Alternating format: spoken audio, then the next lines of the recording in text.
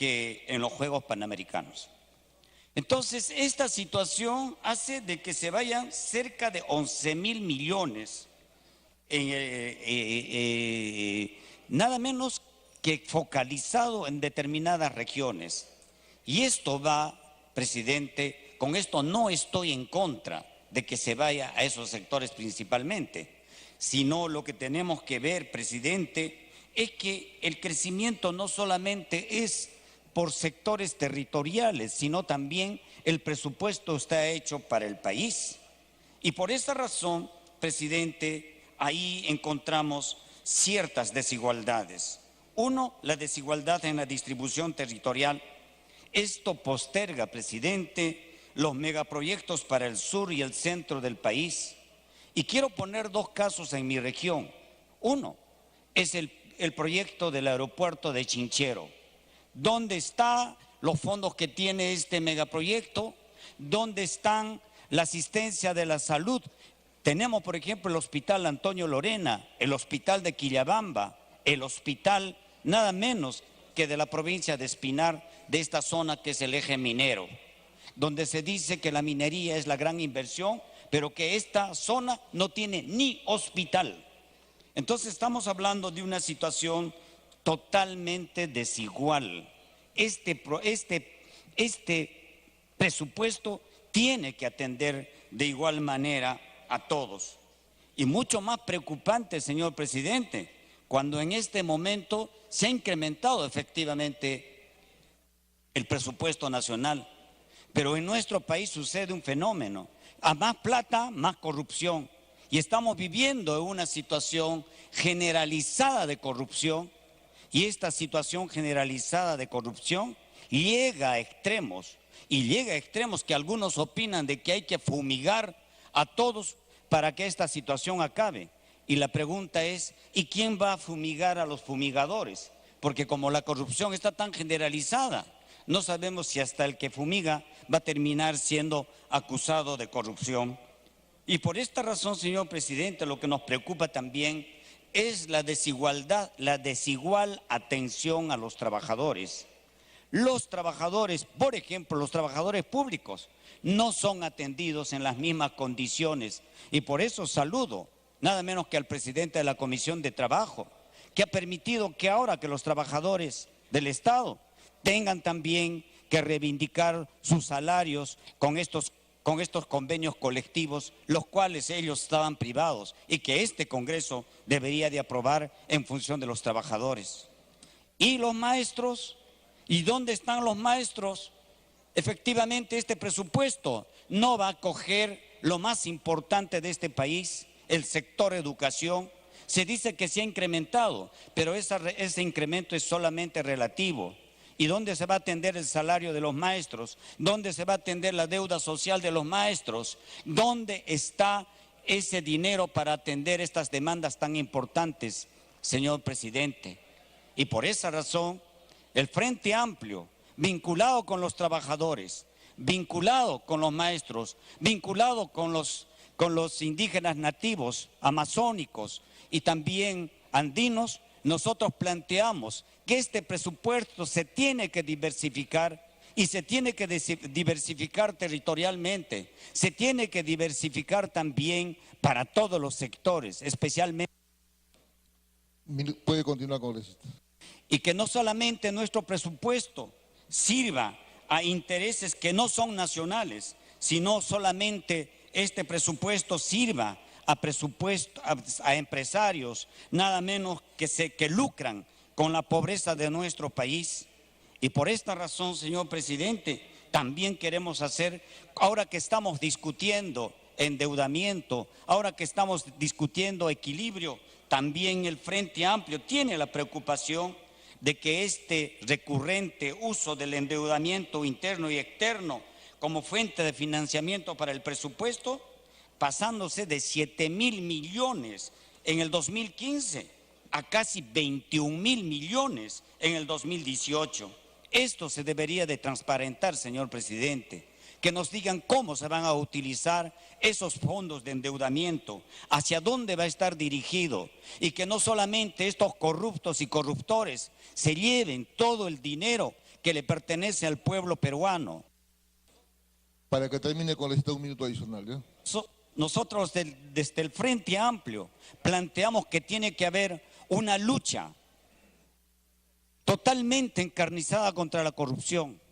Y nosotros los del Frente Amplio estamos comprometidos para luchar contra la corrupción y que este dinero de la corrupción, este presupuesto sea bien manejado en beneficio del pueblo peruano, en beneficio de los maestros, en beneficio del sector agrario, de los campesinos, de esta pequeña agricultura familiar que tanto da al país, en beneficio también de los sin trabajo, porque hablamos de más de 200,000 jóvenes que se incorporan anualmente a las tareas laborales y no hay trabajo, señor presidente. Y este presupuesto tiene que servir, tiene que estar en función de los jóvenes, de los maestros, de los campesinos. Y por esa razón desde el Frente Amplio nos hemos planteado que en esta lucha que vamos a hacer contra la corrupción, caiga quien caiga, señor presidente.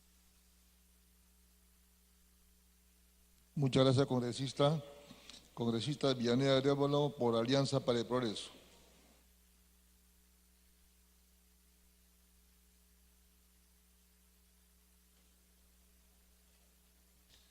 Gracias, presidente.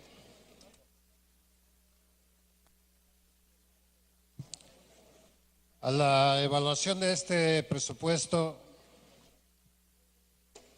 lo que vemos, presidente, es un presupuesto que necesita algunas reformas para darle una visión por el lado propositivo. Según el MEF, en el tema de las exoneraciones, en el 2018 serán más o menos 11.854 millones de soles, que representa 1.57% del PBI, pero su impacto en el gasto será de alrededor de 16.500 millones de soles, 2.19% del PBI. Si a esto, presidente, le sumamos que los grandes contribuyentes adeudan al Estado sumas importantes apelando al mecanismo de judicializar las deudas para rehuir el pago, nos encontramos con un cuadro de deudas de 15.600 millones de soles por las grandes empresas. Presidente, 30.000 millones de soles que no se pueden utilizar. Esa razón hace que cada año que aprobamos y evaluamos un presupuesto, vemos que los gobiernos regionales y los gobiernos locales tienen que hacer, primero, seguir dependiendo principalmente de las transferencias que hacen los sectores, pero en segundo lugar, casi una lucha encarnizada para poder tener un pequeño proyecto, porque los pequeños proyectos y los medianos proyectos no se dan en función a un plan estratégico, sino se dan en función a planes temáticos. Y por lo tanto, también los programas nacionales concentran una inversión sumamente importante que luego igualmente no obedece a un plan estratégico. Presidente, esa misma lógica centralista se sigue en el caso del manejo de los recursos de la reconstrucción, principalmente concentrados en la PCM y algunos ministerios, algunos de los cuales, como Vivienda y Salud, tienen sin embargo un presupuesto menor al año anterior y que en pocos meses van a requerir un presupuesto o un crédito suplementario. Eso, presidente, es por la centralización de lo que se hace, por la falta de planificación. Presidente, todo aquello que se está centralizando, el 74% del presupuesto no ayuda a una redistribución del presupuesto de una mejor forma y de forma, además, donde se pueda ejecutar rápidamente y con la eficiencia del caso. La prueba está de lo que está sucediendo, especialmente en la reconstrucción del norte.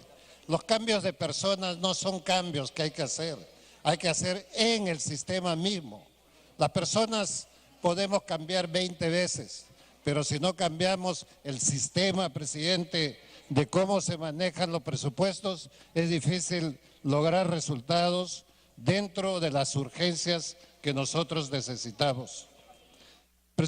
Presidente y colegas, el presupuesto con inequidad distributiva en términos laborales también, porque ni el Ejecutivo ni la presente ley de presupuesto, como las anteriores leyes de presupuesto, abordan el problema de la desigualdad de los regímenes remunerativos de los trabajadores del sector público y en los diferentes sectores y niveles del Estado en términos del ejercicio de los derechos que la Constitución y los convenios le aseguran.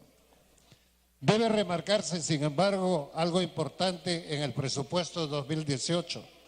Aumenta el financiamiento para las prestaciones que brinda el Seguro Integral de Salud, el cual pasa de 1.355 millones a 2.275.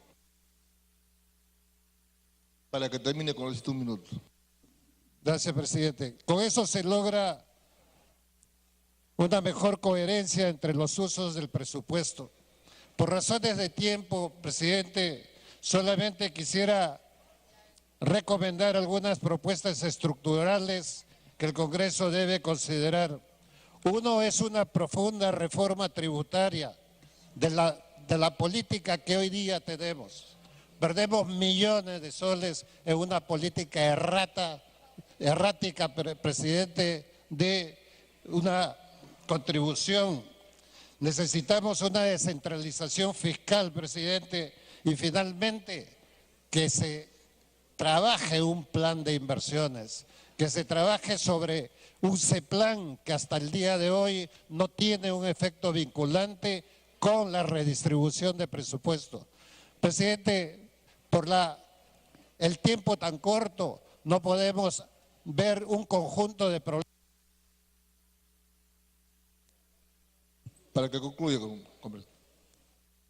Querido señalar la necesidad, recomendar, apoyar a través del Ministerio de Economía y Finanzas la necesidad de esta reforma tributaria, especialmente con la Amazonía, presidente, que es una de las regiones donde la inversión es mucho menor que en otras regiones. Gracias, presidente. Muchas gracias, congresista. Congresista Quintanilla Chacón, por Nuevo Perú. 5 minutos. Gracias, señor presidente. Señor presidente, quiero empezar esta intervención poniendo en conocimiento del Pleno del Congreso de la República que la bancada de Nuevo Perú aún no goza de los derechos constitucionales que tienen todas las bancadas y todos los congresistas. Seguimos siendo excluidos y marginados a pesar de que hay ya una sentencia del Tribunal Constitucional que así lo ordena, haya una interpretación del abogado, el doctor Aníbal Quiroga, abogado del Congreso, en contra de nosotros, que señala de que debe aplicarse el día siguiente y con aplicación plena de todos nuestros derechos. Espero, señor presidente, que eso se subsane en los próximos días por el bien del país y por el bien del Congreso.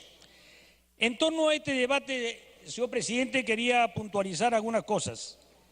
Si uno observa la exposición que ha hecho la ministra de Economía, la economista Claudia Cooper Ford, y uno ve, digamos, las preocupaciones que tienen en su exposición, todas están referidas a medidas de política para favorecer las inversiones. El principal instrumento de política fiscal que tiene una economía es el presupuesto general de la República. Y vamos a ver cómo se plasma ahí esta preocupación solo por favorecer las inversiones. Y eso, señor presidente, es una exclusión del lado más importante que le interesa al Perú, es el desarrollo del mercado interno. Y en esta perspectiva, señor presidente, nosotros hemos hecho puntualizaciones en el informe de minoría sustentado por el congresista Richard Arce, no vemos políticas respecto, por ejemplo, al incremento de las remuneraciones. No vemos una política respecto al incremento de la remuneración mínima vital. No vemos una decisión de realmente pagar y honrar la deuda social, que es tanto o más importante incluso que la deuda externa que tiene el país. Y tampoco vemos políticas que tiendan a generar empleo, señor presidente. El otro elemento, señor presidente, es también la preocupación que tiene la ministra y en la política general del gobierno en torno al desarrollo del mercado exterior. O sea, estamos esperanzados en que haya una mayor demanda del oro y del cobre, es decir, productos de extracción minera tradicionales. Y no estamos haciendo nada, señor presidente, para preocuparnos porque lo que produzca al interior de nuestra economía sea consumido y en beneficio de la población del país. Tampoco estamos viendo, señor presidente, el tema de la descentralización, que tiene que ver con el desarrollo del mercado interno. En toda la exposición de la ministra de Economía y del conjunto de ministros no se nota una preocupación por la descentralización.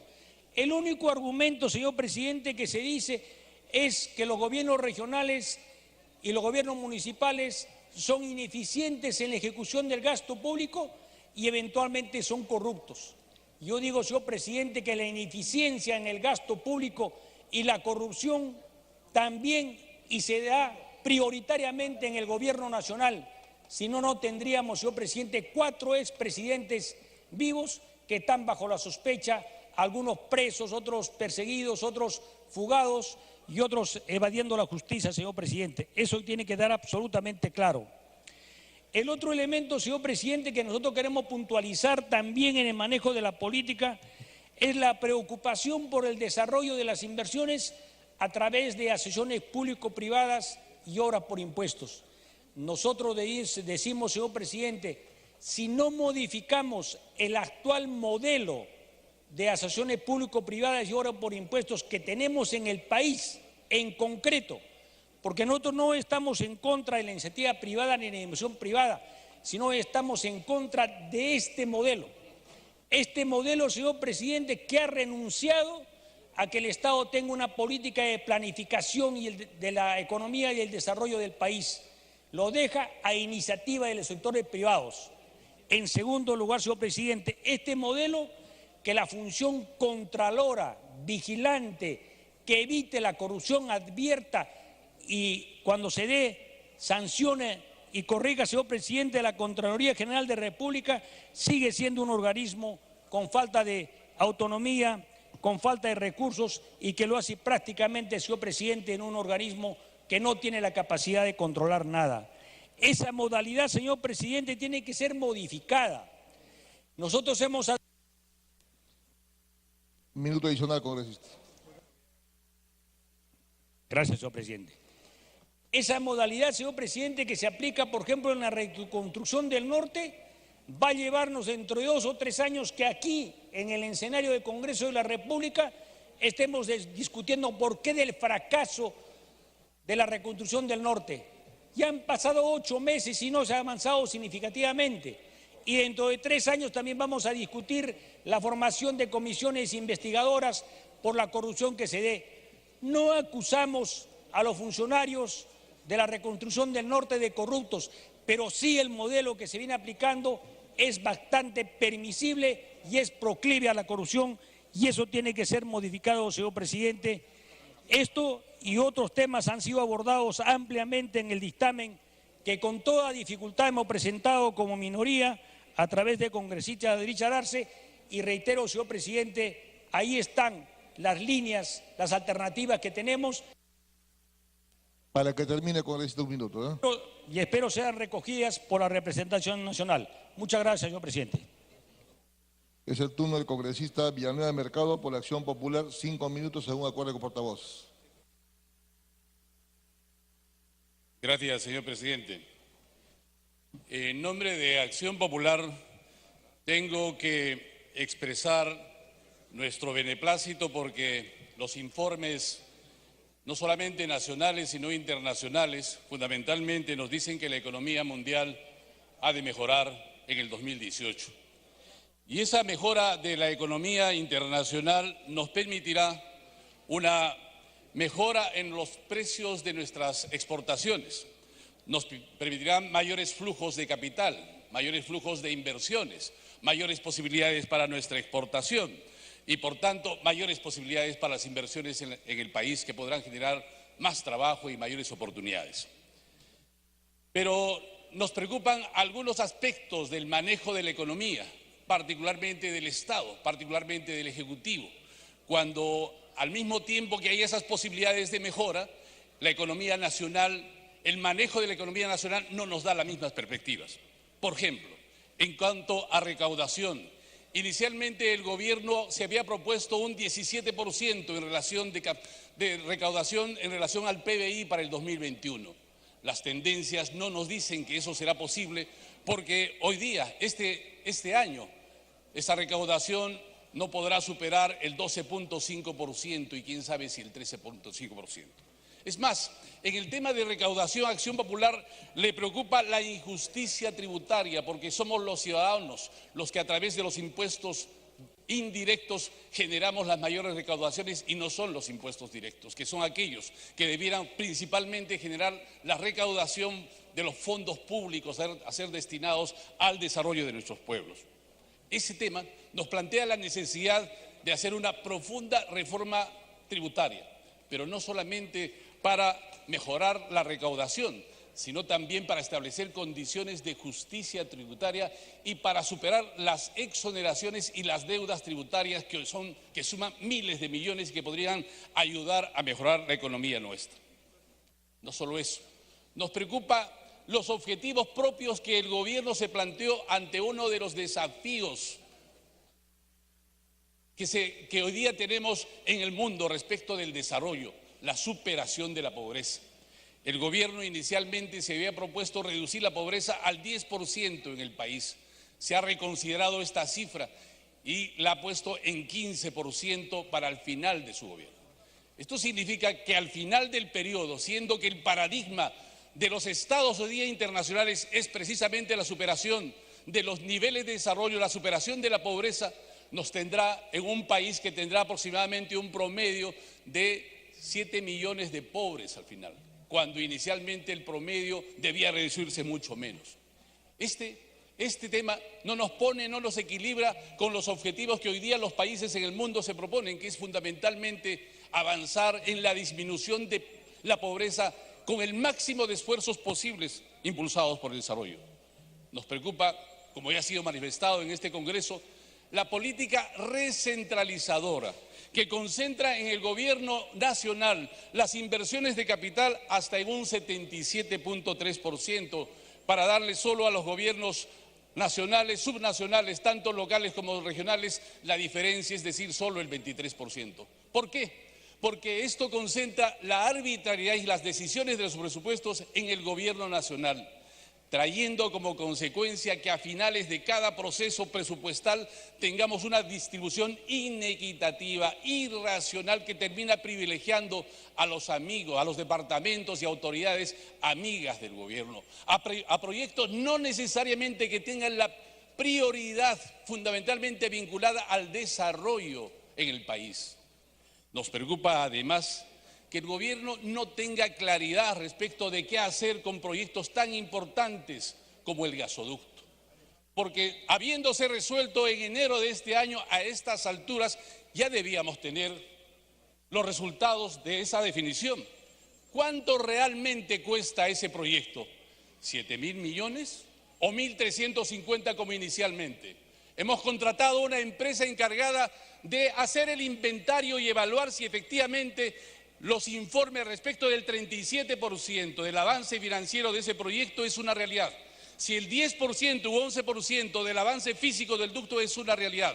Si con ese proyecto se cumplen los objetivos de masificar el gas, de generar industria, de promover petroquímica y al mismo tiempo de atender las demandas de hilo y materiales, son una realidad. ¿Y a qué costos? Si tenemos de acá para adelante la posibilidad de financiar, ¿a qué costo?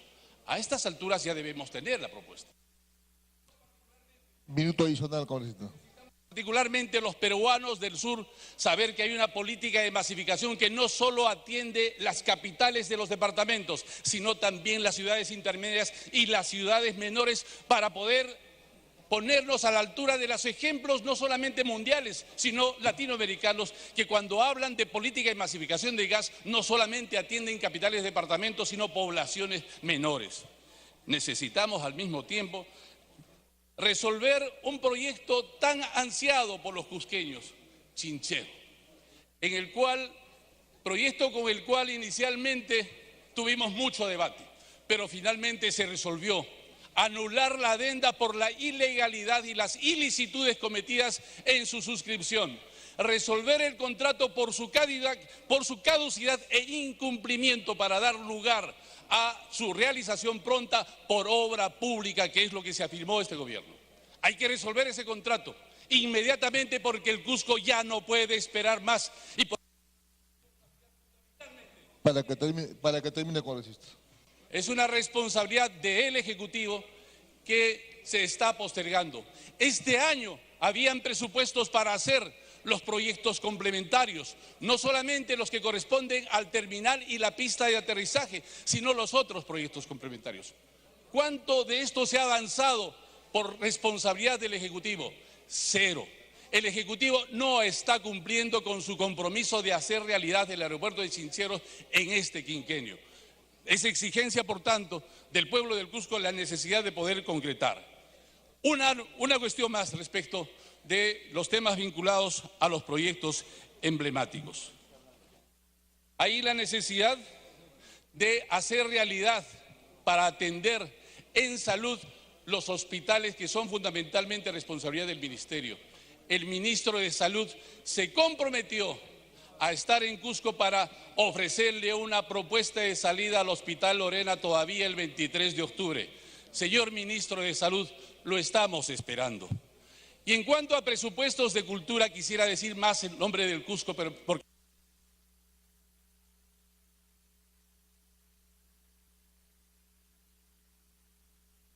a través de los cuales pretende transferirse los recursos propios generados en Cusco para su uso central, para su determinación de su ministerio.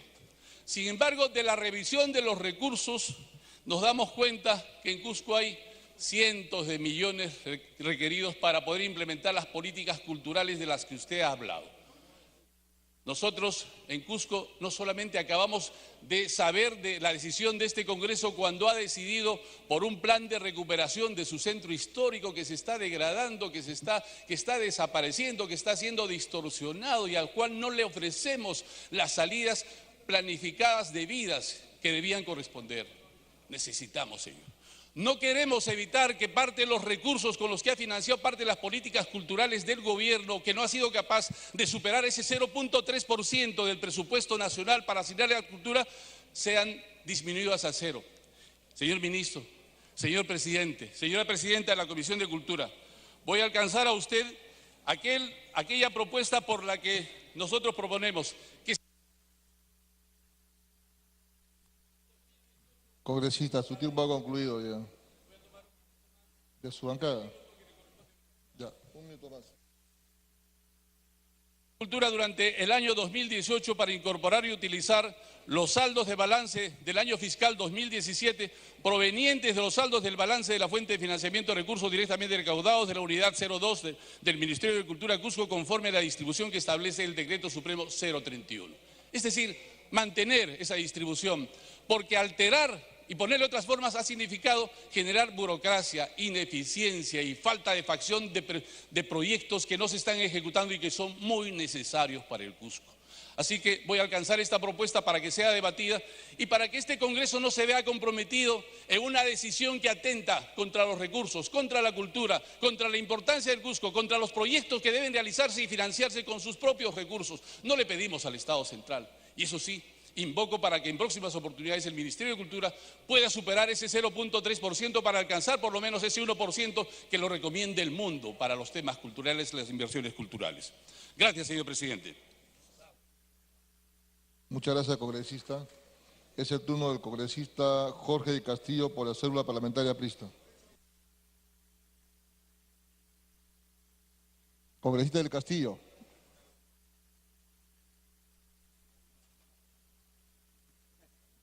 Muchas gracias, señor presidente.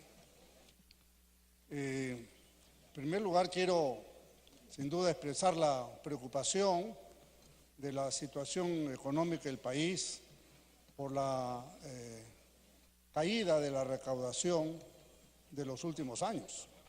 Realmente la presión tributaria ha bajado a 12 puntos cuando hace relativamente poco tiempo estábamos en 15, 16. Entonces, esta caída nos obliga a hacer una revisión de legislación y tomar algunas decisiones políticas que permitan recuperar el nivel de ingreso para poder cubrir las demandas que siempre serán insatisfechas, pero ahora quedarán más insatisfechas que nunca por esta baja en la recaudación fiscal.